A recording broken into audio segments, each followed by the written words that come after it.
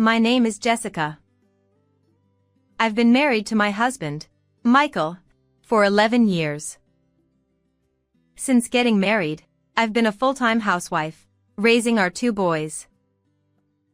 Michael works in the construction industry, often leaving early in the morning and returning home late. There have been many days when he's been absent even on his days off due to work not being completed on time. As a result, I've mostly been handling childcare alone. Our 2 sons are 9 and 8 years old, at that mischievous age. Being boys, they're full of energy, and mediating their fights has been quite a task. One day, finally, after putting the boys to bed, Michael returned home. "You're late again today."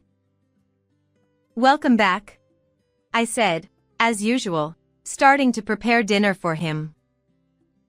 Usually, he would come straight to the dining table, but today he didn't. Curious, I looked at him, only to find him bowing his head towards me. A sense of unease washed over me, but I kept calm and asked, "What's wrong all of a sudden?" He didn't raise his head but continued to look down as he said to me, "Jessica, I'm sorry. My affair partner is pregnant. So, would you consider divorcing me?" My unpleasant premonition seemed to have come true. I had been feeling a bit uneasy about his recent behavior, suspecting he might be having an affair. But I never imagined his affair partner would be pregnant.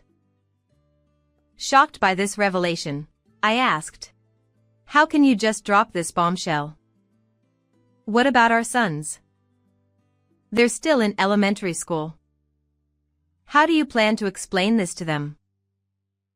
I waited for his response, but he remained silent, still looking down. Realizing it was pointless to continue the conversation, I decided it was too late for this discussion. "Let's talk about this tomorrow," I said, conveying my decision, and went to bed promptly. The next day, it was a holiday, and the kids were off from school. After making sure the children were playing outside, I approached my husband. "About yesterday, getting someone pregnant means you've been cheating, right?" "I'm truly sorry. I know I've done wrong. But now that she's pregnant, I think we should stay married. You're strong and you can handle the boys even without me, right? You're a housewife now, but I believe you can still raise our sons well even if you work." "You're saying whatever suits you. Do you think I'll just agree to a divorce right away? I won't allow you to divorce me and remarry just to seek happiness for yourself," I retorted. It seemed my husband had expected me to readily agree to a divorce, and my refusal surprised him. He kept saying he was sorry, but his actions didn't reflect it, which angered me further. And what infuriated me the most was the situation with our sons. Our eldest son isn't my biological child, he's my sister-in-law's son. My sister-in-law got divorced 5 years ago and was raising her child alone. However, fearing it might hinder her chances of remarriage, she pushed the responsibility onto me. Initially, I objected, but my husband and mother-in-law didn't scold my sister-in-law. Instead, they said it was just right and I ended up raising him. James, the eldest son, was 4 years old at the time, and he was already aware of things and remembered his mom well. However, when he suddenly learned that I was going to be his mom, he became very turbulent. "You're not my mom. Where's my real mom? Bring her back." He would say mean things to me every day. Even at the age of 4, whenever I got upset, he would go to my in-laws' house without permission. We were living separately within the same compound as my in-laws, so it only took him a few seconds to get there, but it wasn't good for him to go there without telling me. Every time he went to my in-laws' house, I would get scolded by my mother-in-law. and he would laugh happily as he watched me being scolded. Despite this situation, I treated both sons equally, thinking that over time, he would come to love me. But it didn't turn out that way. He still seems to dislike me. Gradually, his hostility was directed not only at me but also at his younger brother. Your mom is bad. She got rid of my real mom. The child of such a person can't play with toys. He would say things like this and take toys away from his younger brother. Despite buying the same things, he would want his younger brother's toys and take them away.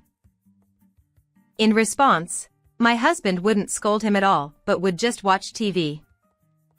He would selfishly get angry at the children, saying, "It's too loud. You can't hear me on the TV." Of course, I understood that he was busy with work, but I had always thought that he could take a little time to look after them.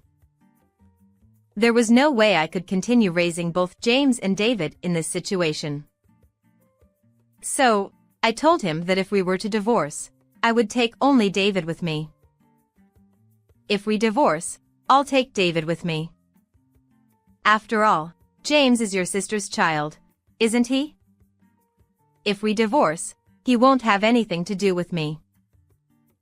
Is that necessary? We've been living together for 5 years, and James is very attached to you. Plus, are you going to separate close brothers? Is he attached to me? Are our sons close? Are you serious? I was truly fed up with Michael, who seemed to have no understanding of our family situation. What did he see to claim that James was attached to me? While not everything was James's fault, there were arguments every day. Even though he's still strong, I doubt I can meditate when he grows up. Anyway, if we divorce, I'll take David with me. I'll let you have James. And we'll offset the child support. Okay. With that settled, all that was left was to claim compensation from Michael and his affair partner. The next day, after seeing the children at school, I immediately decided to consult a lawyer. During the discussion with the lawyer, it was said that Michael admitted to cheating, and we could claim compensation. I went home, waiting for a call from the lawyer, and steadily prepared for the divorce. 2 weeks later, I received a call saying that evidence of the cheat had been gathered, and I arranged to meet with the lawyer. Although the investigation was conducted only twice, the evidence was quickly gathered. It seemed that James, Michael, and the affair partner had gone out together. In the discussion with Michael, James agreed to go with Michael, but I was surprised that he had arranged to meet with the affair partner without telling me. I had been thinking recently that he was working late because of overtime. I had a little suspicion, but I never thought he would continue cheating even after admitting to the affair. However, thanks to this, evidence was obtained, and I could divorce in a favorable situation. After discussing with the lawyer while looking at the evidence, we decided to send a certified letter to the affair partner.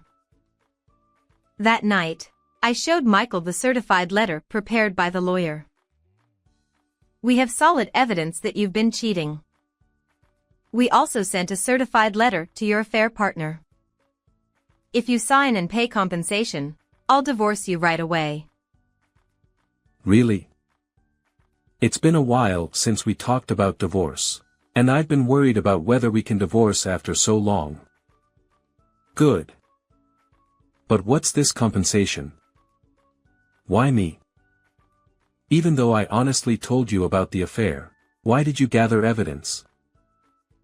Because you cheated, Michael, so you're responsible for the divorce. It's only natural to pay compensation. It seemed he thought it was enough to admit to cheating. No matter how much I explained, it seemed he didn't understand at all. At this rate, explaining to him would be futile, so I decided to have the lawyer explain again later. A few days later, while doing my usual housework, I received a call from an unknown number. Thinking it was Michael's affair partner, I answered, only to find out it was my sister-in-law. "Hi Jessica, it's been a while." I called after hearing from James. "You guys are getting a divorce, right?" "Of course, you're taking James, aren't you?" "Hi, sister-in-law. Long time no see." "Huh? We haven't told the children yet, but did James tell you?" "Sorry, but after talking with Michael, he is going to live with Michael." "Oh, so that's why he was crying." "Jessica, I hate to say this, but isn't that terrible? I heard from Michael, but James and David are close, aren't they? Yet you're going to separate them?" I was frustrated by her selfish remarks, but more than that, I was angry at Michael for lying. "You're mistaken. James and David fight every day, so I can't say they get along. Anyway, if the boys already know about the divorce, I need to explain it properly, so I'll end the call now." "Wait." Ignoring whatever she was about to say, I hung up. Then I waited for the boys to come home. A few hours later, when the boys returned, I was about to explain, but James approached me first. "Please, take me with you too." "I see, you knew. But weren't you with Michael and her? You seem to be having fun. So what's the problem with going with him?" "I don't like her. She's rude, and her things and clothes all smell weird. I feel sick when I'm with her." "Weird smell? Could it be perfume?" There had been a sweet scent from Michael's clothes before, but I had heard it was from someone at work. Now that I think about it, it must have been the perfume of his affair partner. "But James, you're often mean to David, and they fight a lot. I can't keep meditating forever. Besides, I thought you didn't like me. Do you want to go with someone you hate instead of Michael?" "I want to go with you, Mom. I regret what I've done, and I promise to be good. Please."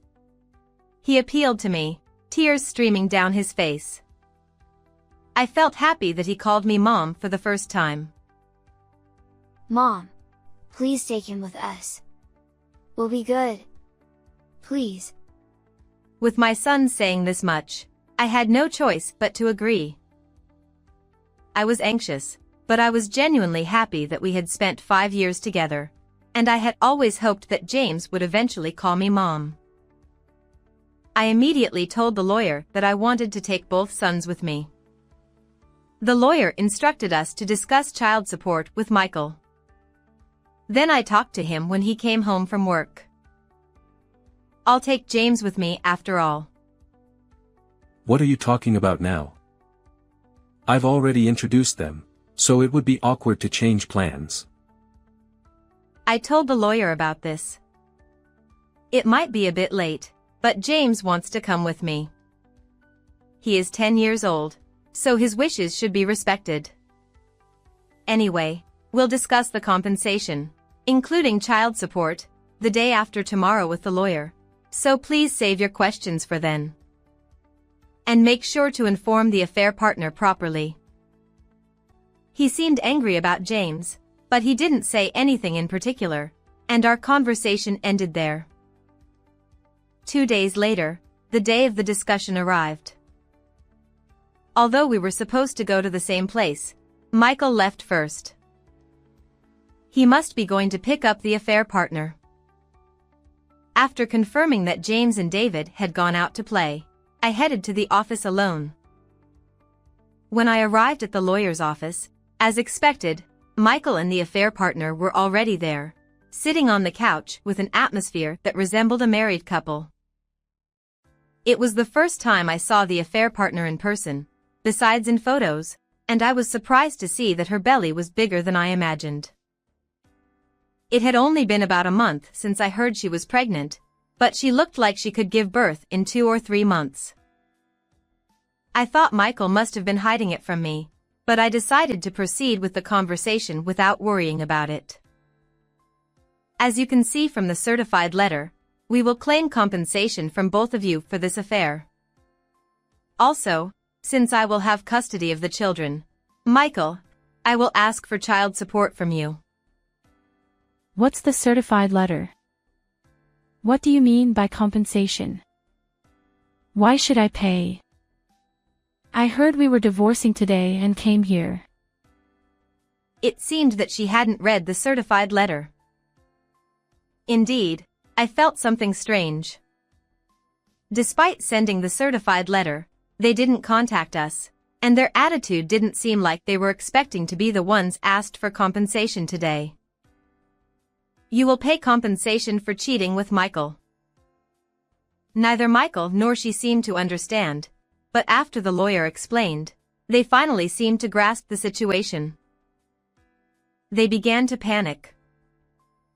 That's impossible. I can't afford it. I'm pregnant. I left my job because I'm getting married, and I have no savings. That's right. There's no way we can afford compensation and child support. Hey, why not offset the child support for her child and the two of James and David? Was he not realizing what an outrageous statement he was making? I never thought he would have such little understanding of divorce and compensation. Why should we offset child support for someone who isn't my child? That's irrelevant. But if I have to pay compensation and child support, I won't be able to live. Even though I'm about to have a baby soon, I won't have any money to prepare. That's not my concern. Anyway, please take responsibility for cheating. The lawyer took out documents regarding compensation and child support and showed them to both of them. Upon seeing the amount written on the documents, both of them were even more surprised and turned pale. Since we requested an amount higher than the market price, it was understandable that they were surprised. We can't pay such an amount. If we have to pay this much every month, we won't be able to live. If you don't agree to the compensation and child support, then we won't divorce. It seemed that the affair partner was more flustered than Michael. If we didn't divorce, the affair partner would be the one most inconvenienced. Another person, as if to add insult to injury, had arrived. Thinking that person would be here soon. Excuse me. Mom, what are you doing here? Of course, I had explained everything to her about what Michael had done. At first, I had thought she was against me because she had asked me to raise James. She wasn't strong physically, and she judged that she couldn't raise boys by herself, so she asked me for help. My mother-in-law had been concerned about James and had come to help. Later, I realized that I had been scolded because she cared about James. She had always been strict and disliked dishonesty. Michael had never been able to stand up to his mom and had never gone through a rebellious phase, or so I heard. So I asked her for cooperation this time and had her come today. Michael, what on earth have you done? It's only natural to pay compensation and child support. Don't argue with me. Do you realize what you've done? Mom, please, not in front of her. What did you say? Her. Stop fooling around. Don't ever cross our threshold again. Under the pressure from my mother-in-law, both Michael and the affair partner completely shrunk. The affair partner started crying and apologizing. I'm sorry. I'll pay the compensation and sign, so please let me go. I promise I'll pay too. Thanks to my mother-in-law's influence, we were able to get both of them to promise to pay compensation. Of course, he also agreed to pay child support. With this matter settled, we went to pick up the boys with my mother-in-law and went out to eat with James for the first time.